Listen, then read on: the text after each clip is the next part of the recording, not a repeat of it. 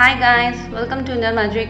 இந்த வீடியோவில் மைதா மாவு வச்சு ரொம்ப சிம்பிளான ஒரு ஸ்வீட் எப்படி செய்கிறது அப்படிங்கிறத பார்க்க போகிறோம். என் சேனலை இப்போ வரைக்கும் நீங்கள் சப்ஸ்கிரைப் பண்ணல அப்படின்னா ப்ளீஸ் சப்ஸ்கிரைப் பண்ணுங்கள். பக்கத்தில் இருக்க பெல் பட்டனையும் ஒரு தடவை கிளிக் பண்ணுங்கள். இதுக்கு மைதா மாவு 1 கப் அளவு எடுத்துக்கிறோம். ரவை 1/4 கப் எடுத்துக்கோங்க.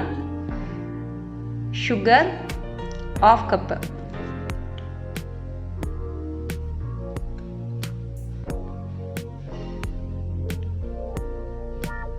Packing soda 1/4 teaspoon, salt 1 pinch. எந்த ஸ்வீட் செய்கிறதுனாலும் சால்ட் வந்து 1 பிஞ்ச் ஆட் பண்ணிக்கோங்க, ரொம்ப நல்லாயிருக்கும். கீ வந்து 1/2 டீஸ்பூன் அளவுக்கு சேர்த்துக்கோங்க.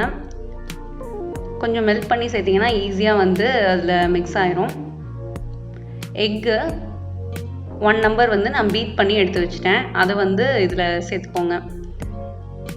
இப்போ இது எல்லாத்தையுமே வந்து நம்ம நல்லா மிக்ஸ் பண்ணணும்.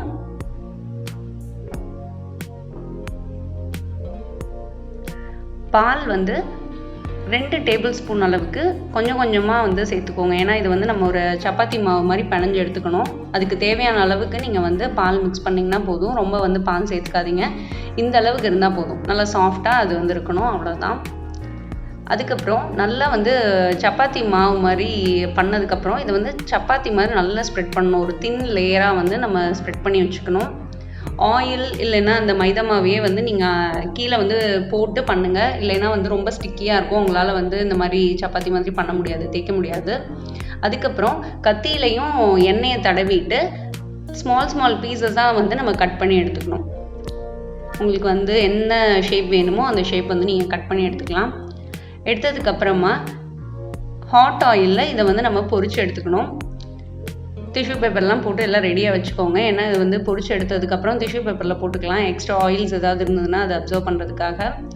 இப்போ நம்ம வந்து இதில் பேக்கிங் சோடா சேர்த்துருக்கனால அது குக் ஆகும்போது நல்லா உங்களுக்கு குண்டாக வரும். இது வந்து நீங்கள் ஒன்ஸ் ட்ரை பண்ணி பார்த்தீங்கன்னா நெக்ஸ்ட் டைம் கண்டிப்பாக உங்கள் வீட்டில் வந்து செய்வீங்க. ரொம்ப சூப்பராக, ரொம்ப யம்மியாக இருந்தது.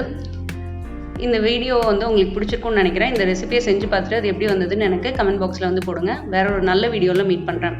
தேங்க்யூ, பாய்.